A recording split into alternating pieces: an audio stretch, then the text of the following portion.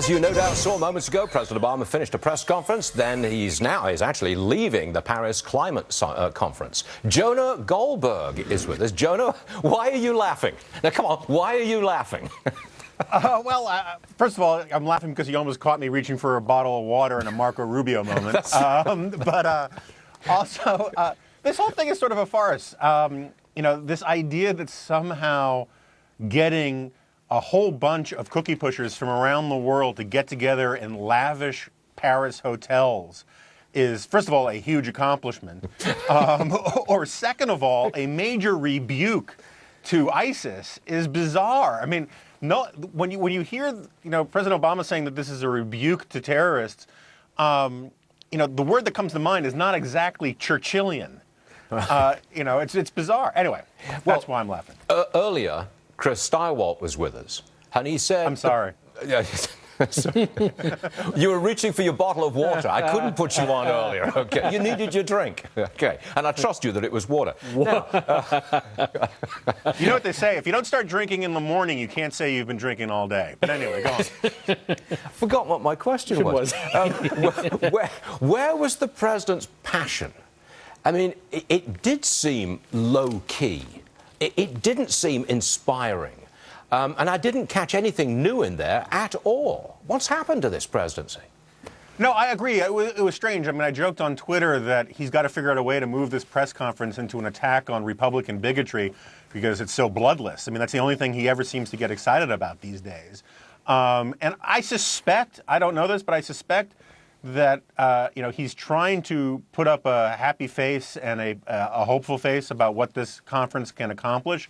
But if you talk to people who actually follow what's going on in Paris, it is very unlikely anything significant or substantive is going to come out of this, and I think he knows that. Now, what's Hillary going to do?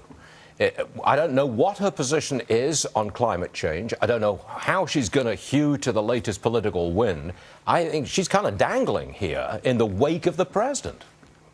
Yeah, I mean, I think her position on climate change is she thinks it's a big problem. She's against it. She certainly played lip service during the Keystone Pipeline, decision to come out against that, which was, of course, utterly craven politics. But, that's what we associate with her anyway. And so, I think her real problem is to figure out a way to get to Barack Obama's left on the issue. Because that's what she's been trying to do on pretty much everything else, in part to sort of hold off Bernie Sanders, in part because she's got a theory of her election campaign that says she has to activate the left-wing base, activate these millennial voters in a way. And the only way she knows how to do that is by taking a more pure left-wing position on issues like climate change. Yeah.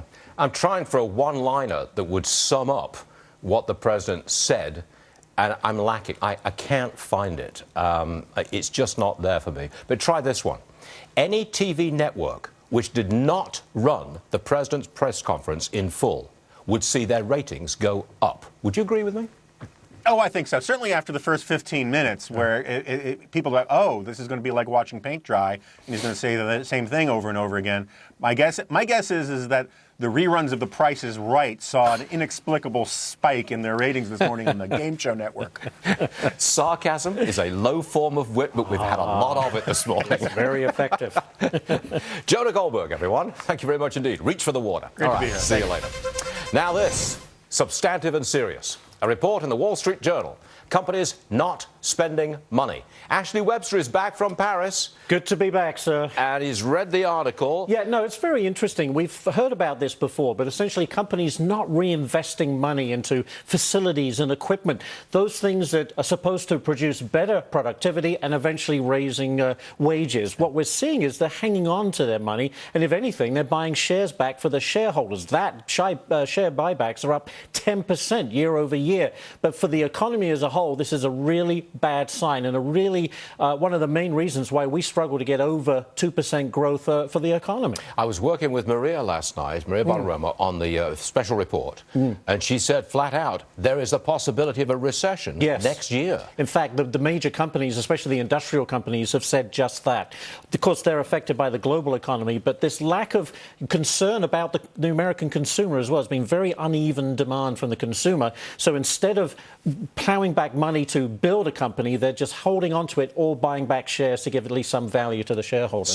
So now we're back in the position of thinking, well, will the Federal Reserve raise interest rates? Well, here we go again. Month? Yes, we have the big jobs report coming up on Friday. You know, we're expecting about 200,000. We got a big surprise on the upside the month before. So it'll be interesting to see what we follow up with.